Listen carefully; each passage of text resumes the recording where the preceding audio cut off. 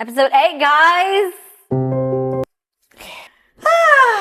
Did you say I was being annoying? No, I was being... Welcome back to episode 8 of the DNF Duo. I'm Sangeeta. I'm Anjali. And we're going to be covering everything that took place at the Austrian GP. I mean, honestly, what an insane race it was. I mean, I'm always saying it's insane, but to be honest, Austria was a bit... It was a bit, in comparison to the other two races we had, yeah. It was a bit, I don't have the right word, guys, because I feel like I might get cancelled. Ooh. No, I want to rephrase. I wouldn't say it was an insane race, but a lot of things took place in qualifying and the main race itself. Did we expect the results? No, I did not. Yeah, but one of your predictions actually true, because you mentioned that you would like to see Max Verstappen up there, and he did. Again, guys, it happened off camera. I did say that maybe he could make it into the podium, like on the podium or not, because he may have been filled with like rage and like, nah, this is the Red Bull racing track. I need to be up there. If I'm not winning, at least I need to be on the podium. And he delivered. He definitely did. I mean, before we jump into the main race, I do want to talk about qualifying. The results for qualifying were honestly not as expected, mainly because we did see George finishing up in pole for qualifying, despite Max really battling it out. Unfortunately, he did crash, and he crashed at a very unfortunate situation because it was Q3, it was at the end of the session. So when he crashed, it was like 0-0-0, and when I saw the crash, I was like, no, because if you guys watched, you all know the finishing was literally Leclerc, Lewis, I think it was Antonelli, George, and then Max. So that was the top 5 guys. So the top 5, right? And then Max was out on his final, I think, flying lap, and he wanted to put in like the best time he could, thinking that he could take pole position because Leclerc was on provisional pole. And unfortunately, the crash happened, which was very unexpected. I did not expect that. It was unexpected, but also somebody did not abandon his lap. Now, Anjali, we were discussing earlier that you mentioned that, when a yellow flag happens, so basically, you guys can correct me in the comment section. This is based on my knowledge and Sangeeta's knowledge, that when there is a yellow flag, you are supposed to slow down significantly.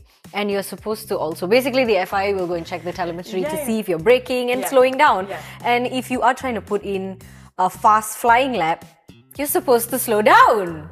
So my question is, how was it that George Russell managed to snag pole position? Because if you guys watched the qualifying itself, or if you watched highlights, you can see on Leclerc's side of the garage, they were already celebrating and doing this because pole position, like pole position, right?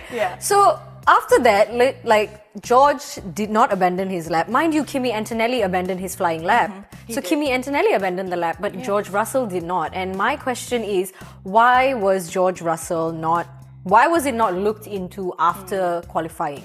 Because my understanding would have been that the starting grid, the top 3 would have then been Leclerc, Lewis, and Antonelli. However, what we got was George Russell, Leclerc, and Hamilton. Again, it's a beautiful starting grid, either or. But if we're going to look at the rules and how Formula One works, they did not abide to those rules. But then again, they're known to always change their rules based on when it's appropriate to them. Yeah, because if it was Hamilton speeding down during a yellow flag, we all know how that's gonna end.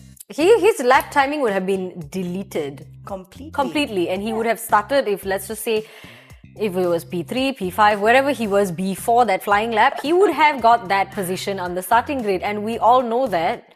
So, do we say it's unfortunate that Russell ended up on pole for qualifying?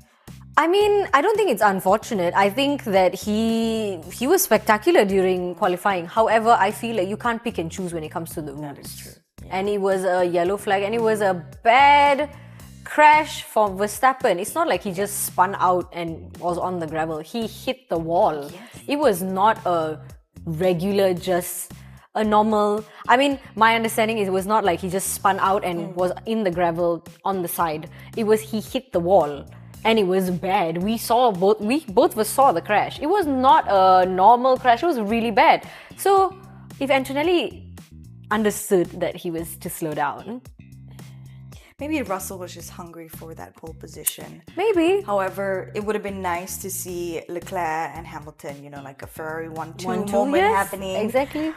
But Given with how difficult the last couple of races have been for Leclerc, I think his side of the garage was ecstatic to celebrate that, because they were celebrating like that. They were like, oh, people, pole position. Only for them to be like, oh no, it's actually George Russell that is pole position. Those are my thoughts. You can let me know in the comments. What do you think? I know many other Formula One creators as well were discussing the same. Yeah, they were talking about this, topic, yes. So I'm pretty sure we're not the only ones thinking it. Yep. Especially after rewatching qualifying, it was more of like a, wait a minute. Yeah, I was like, wait, hold on. Because at the moment when you watch, you're just like, oh, okay, cool, in the heat of it, right? Yeah. And Max's crash and stuff. But then when I went after that and I saw the other podcast and then we watched the highlights again, I was like, wait, hold on. Is my knowledge of something is not something kicking. is yeah, exactly. I'm like, wait, it was a yellow flag, like, wait, hold on. Yeah. So that's what we think about qualifying. Let us know what you think. Also, Anj, I do want to highlight, we have 2 drivers that have been performing really, really well. Really, really well. And that is the Visa. Are you? Who's Visha? The Visa Cash boys. It's okay, y'all got it. We know you got it. Don't have nasi kanda for lunch, guys. Okay. Yes, the Visa Cash App, Red Bull's Lawson and Lindblad performed incredibly well during qualifying, especially during the race, but we'll get into that later. Yeah. But to see the both of them up there, back to back, for qualifying as well was amazing. I know. I love them together. I would honestly love to see either one of them make it to the podium this year. Yeah, honestly, yes. I would love to see it. Honestly, it would be so nice to see. Because they have been getting points. They have been in the points. They've been qualifying really well. So I feel like they are on that trajectory and working as teammates together. They're really good. They're really good together as teammates. And I think now they're slowly... excuse me, sorry. They're extracting what needs to be extracted from the car. Yes, and I think they're both in a very comfortable position together as teammates, trying to get the most points for the team. And they're doing amazing. I can't wait to see what is going to happen for Silverstone. The race itself for the Austrian GP was exciting for the both of them. We'll get into that in a bit. We will. But I can't wait to see what they are gonna bring together throughout the next couple of races. I agree. I'm definitely excited to see where they're headed. I mean, how many more races do we have for the year? I think don't ask me. We have enough till December. We have enough till basically. December. There's no 1 month break. So let's just pray that your favorite driver, our favorite driver, performs well in the upcoming races. Well, that is basically our take on the qualifying races that took place for the Austrian. It's okay, y'all got it. The Austrian GP. Lord, I need a Red Bull. Anyway. Yes, so that's basically our take, and we'll jump right into the main race right after this. Jumping into the main race, we already saw a champion leading at pole position, and that was George Russell from Mercedes. Did anyone expect that? Not me. Not me either. I did not expect that. What are your thoughts on his win for this race? I mean, it was well deserved because of his win. He's now second in the championship leaderboard. Yes, thank you. No worries. I mean, we did have Lewis second for a while, and there was hope, but no, well deserved for George Russell because he did have a tough time in Monaco. I'm sure it must not have been after Monaco. I think he must have just been very frustrated. So I think this win was very much well deserved. He raced really well over the weekend. From pole to winning, that's very good because sometimes you could get pole and not win the race. So for him to get pole and win, especially after having his teammate, winning back to back, it must have felt like a really redeeming moment for him. So we were happy That said teammate that has been winning back-to-back a lot of times. Yes. Not once, not twice, multiple times. However, I do want to highlight this race. We were really looking forward to Max Verstappen. Yeah. And let's get into that. I wanted Max actually to win because after his crash in qualifying, I really, really wanted him to win. Also because it is the Red Bull ring, right? Like, you'd want the Red Bull driver to win. He'd want to win. But for him to have that crash in qualifying and still get on the podium, P2, that is a Max Verstappen move. That is the Flying Dutchman. Truly. I could just sense that there was a flip of a switch in his head, and he was like, you know what? Watch this. Watch. And that's what he did. Exactly. Yeah. That's why he's a 4-time world champion. He's like, watch, guys. I mean, and then we also had Kimi Antonelli, pushing through and finishing off at P3, despite him having to sort of set himself back just a bit off of his teammate. Yep, and because also he had to abandon his lap during qualifying. But still, even with the P3, he's still leading the championship. He is. He really is. That's why I'm really excited for this weekend. But, I want to see this weekend what happens. But the top 10 finishes for the Austrian GP was also quite impressive. So we had George Russell, Max Verstappen, Kimi Antonelli. Finishing at 4th was Piastri. Then we had Lewis. We had Hamilton, and then it was, if not mistaken, Lando. No, not Lando. It was not Lando. Wait, P6 was somebody else. Wait, it was Isaac Hadjar. Yes, Hadjar. Then we have Lando Norris, and then we had Charles Leclerc at P8. Yeah. We had Liam Lawson at P9, and we had Arvid at P10. Yes. Like I said, the Visa Cash App guys, they are really killing it. It is amazing to see the both of them. The fact that no doubt they both started P9, P10, but for them to finish P9, P10, amazing. Really amazing. It was so much fun to see them there. Honestly, but I do want to also highlight about the Australian. No, it's okay, the Austrian GP. It's fine. I keep flipping the words. First I said Myanmar, then I said It's okay. You guys understand. We know you understand. Red Bull, if you could sponsor us, that would be amazing. This girl needs some wings. But I wanted to highlight Ferrari's strategy for their Austrian GP. Like, did they not strategize well enough? That costed Hamilton's position. Yeah, I don't know whether it must have been like a mix-up with the strategy, because as far as I know, I think because Lewis had said something of it being really, really hot. So he was on a 3-stop strategy. Yes. However, they were like, nah, just 2 stops. So I don't know whether if he had done a 3-stop, would he have finished lower? You feel me? Because I don't think the others were doing a 3-stop strategy. No. So what if he had done a 3-stop and finished lower than P5? That would have been even worse. Or what if he had finished higher, because his tire degradation wouldn't have been as bad as the other drivers. He would have been able to have a more seamless battle with the other drivers. It's a very 50-50, we would never know kind of a question. Again, we're not strategists lah, because I can just be like, maybe, I don't know, maybe. Possibly, let me think. Let's think. I don't know. Because we saw him at the was it Canadian? No, the Barcelona GP, where he won, basically. Guys, I'm so sorry. There's a lot to unpack up here, because I'm trying to get information. Trying to lock in the gap. Yes, correct. It was the Barcelona GP that he won, and he did 3-stop. Yeah. At the time when we were watching, we also said it in our podcast that I was in a situation of, oh my god, is he going to is the race going to be messed up if he does a 3-stop? But of course not, because he won. Would it have been the same situation for the Austrian GP? We don't know. No. Would it have been a situation where he could have finished even lower? Again, we don't know. So I don't know what went wrong with the Ferraris this weekend, because even Leclerc is down there at P8, which... Lord. I don't know. Somebody send this man some help. I really don't know. Oh my lord. I don't know. From 2 DNFs to P8, From qualifying at P2, I don't think Charles Leclerc is in a very good mindset, headspace. No. And I don't think he is taking this very well, because what the hell is happening?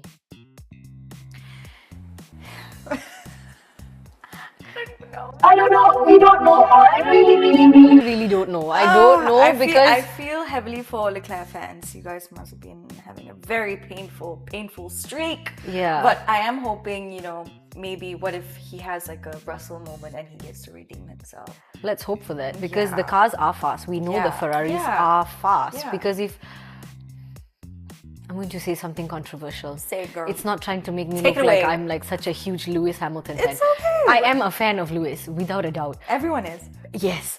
However, right now we can see that they are fast. He would have got pole position for qualifying.